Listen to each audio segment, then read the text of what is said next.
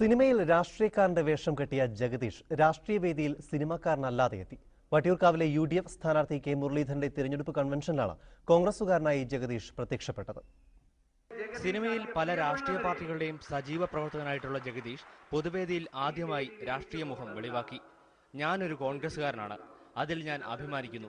ഇങ്ങനെ പ്രസംഗം തുടങ്ങിയ ജഗദീഷ് ഇടതുപക്ഷ സർക്കാരിനെതിരെ സിനിമാ സ്റ്റൈലിൽ തന്നെ ഡയലോഗ് കാച്ചി. സത്യസന്ധമായി മുഖ്യമന്ത്രി മറുപടി പറയട്ടെ, ഏതെങ്കിലും ഒരു രംഗത്ത് പുരോഗതി കൈവരിക്കാൻ കഴിഞ്ഞിട്ടുണ്ട് ഇല്ലെന്ന് നിസ്സംശയം പറയാൻ കഴിയും.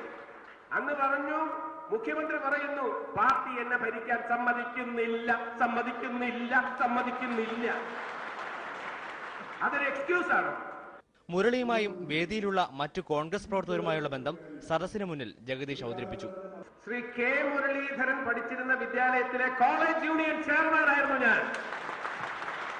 ഷൂട്ടിംഗ് തിരക്കിനിടയിൽ നിന്നും പാഞ്ഞെത്തിയ ജഗദീഷ് സിനിമയുടെ ഹാങ് ഓവറിൽ തന്റെ ഇഷ്ട സിനിമാ ഡയലോഗ് പറയാനും മറന്നില്ല. വള്ളിനിക്കരം സ്ലേറ്റുമായി നടക്കുന്ന കാലത്ത് പഴയ കോട്ട മൈതാനത്തിന്റെ ബൈക്കിന്റെ ചുവട്ടിൽ ഞാൻ മണിക്കൂറുകളോളം കേട്ടു നിന്നിട്ടുണ്ട് നിങ്ങളുടെ വെർബൽ ഡയറിയ, വാക്കുകളുടെ അതീർണം. അന്ന് അത് കേട്ട് ഞാൻ ആവേശം കൊണ്ടിട്ടുണ്ട്. പക്ഷെ ഇന്നത് കേൾക്കുമ്പോൾ I am in the least bit enchanted and I feel like vomiting on your face.